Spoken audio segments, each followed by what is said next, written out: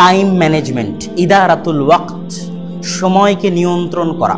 আমি গত বক্তব্যে তোমাদের সামনে বলেছিলাম যে মানুষের জীবনটাই হচ্ছে সময়। আমরা বগুড়া, রাজশাহী, সৌদি আরবে থাকি না, আমরা সময়ের মধ্যে বসবাস করি, এটা গত বক্তব্যে বলেছিলাম।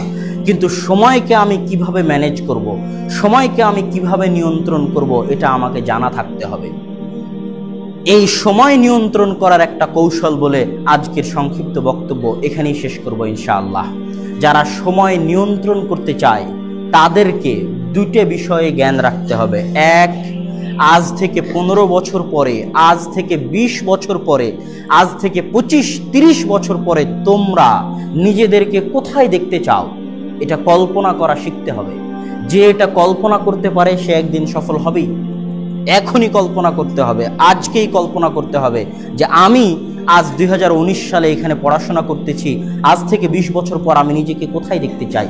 ঢাকা বিশ্ববিদ্যালয়ের টিচার হিসেবে দেখতে চাই, না মদিনা বিশ্ববিদ্যালয়ের শিক্ষক হিসেবে দেখতে চাই, না জাকির নায়েকের মতো একজন দায়ী হিসেবে দেখতে চাই, না নাসিরউদ্দিন আলবানীর মতো একজন মুহাক্কিক হিসেবে দেখতে চাই, না আহমদ বিন হাম্বলের মতো একজন মুহাদ্দিস হিসেবে দেখতে চাই। নিজেকে আজ থেকে 20-30 বছর পর আমি কোথায় দেখতে চাই এটা কল্পনা করা শিখতে হবে। এটা হলো 1 নাম্বার কাজ। 2 নাম্বার কাজ, 2 ধরনের রুটিন থাকতে হবে। এক ধরনের রুটিন হচ্ছে লং টার্ম রুটিন, আর একটা হচ্ছে শর্ট টার্ম রুটিন, দীর্ঘস্থায়ী পরিকল্পনা। যে আজ থেকে 15-20 বছর পর আমি নিজেকে এই জায়গায় দেখতে চাই, তো এই 15-20 বছরে কি কি করলে আমি 15-20 বছর পর এই জায়গায় পৌঁছতে পারবো, এর একটা লিখিত প্ল্যান থাকতে হবে। যে এই প্ল্যান করতে পারবে বা করে সে অনেকাংশেই সফল হয় বা হয়ে থাকে, আর যারা পারে না তারা সফল হয় না। এটা প্ল্যান করা শিখতে হবে।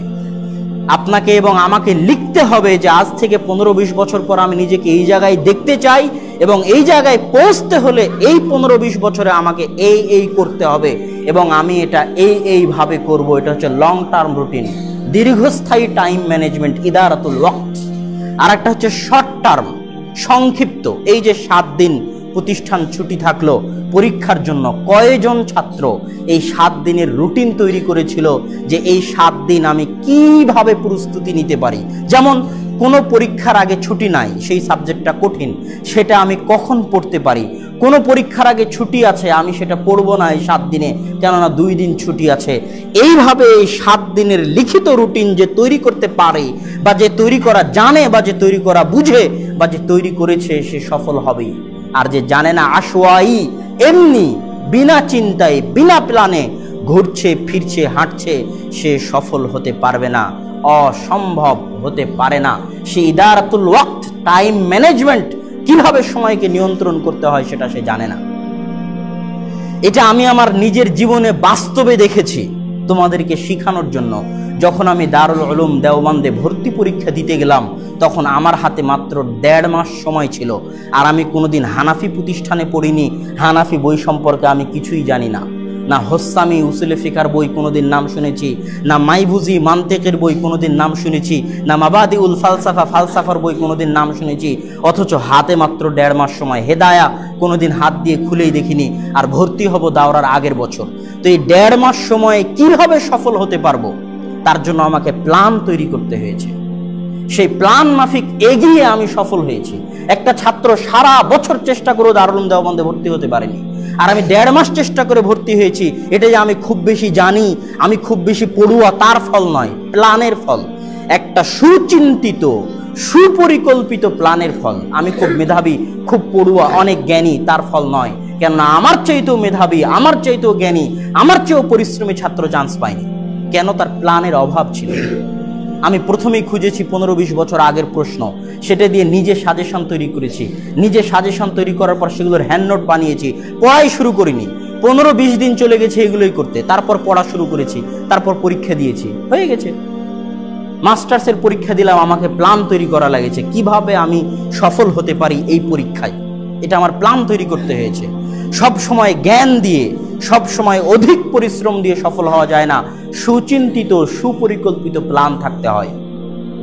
অতএব এই শর্ট টাইম রুটিন তোমাদেরকে বানাতে শিখতে হবে যদি তোমরা জীবনে সফল হতে চাও। এবার আসি টাইম ম্যানেজমেন্ট, ইদারাতুল ওয়াক্ত। যে যত পৃথিবীতে যে যত ব্যবসা করতেছে সবাই কিন্তু সময়কে নিয়ে ব্যবসা করতেছে। সবকিছু সময়ের উপর, সবকিছু সময়ের উপর। সেটা তুমি একটু গভীরভাবে চিন্তা করলে বুঝতে পারবে। তো এই সময়কে যে নিয়ন্ত্রণ করতে পারবে সে সফল। তো সময় নিয়ন্ত্রণ করার জন্য রুটিন তৈরি করার ক্ষেত্রে দুই তিনটা কথা বলে আজকের বক্তব্য শেষ করব ইনশাআল্লাহ। 1 নাম্বার হচ্ছে, যে যে জায়গায় আছে সকলের উদ্দেশ্যে, সে ছাত্র হোক, শিক্ষক হোক, কর্মচারী হোক, কর্মকর্তা হোক, কৃষক হোক, ব্যবসায়ী হোক, ঘুমানোর আগে আগামীকালকে রুটিন তৈরি করতে হয়। কেন? ঘুমানোর সময় মানুষের সাবকনসিয়াস মাইন্ড, মানুষ স্বপ্নে দেখে কোনটা, যেটা সারাদিন ভাবে। মানুষ ঘুমানোর পরেও মানুষের মন অনেক সময় জাগ্রত থাকে। তো যখন আপনি ঘুমানোর আগে রুটিন করবেন, তো আপনার মন ওই রুটিনটা নিয়ে, ওই রুটিনের সাথে পরিকল্পিতভাবে অটোমেটিকভাবে খাপ খাইয়ে নেবে এবং সকালবেলা অটোমেটিক মন চাইবে যে আমি আমার রুটিন বাস্তবায়ন করি। এটা আগের দিনে করার ফল, ঘুমানোর আগে করার ফল।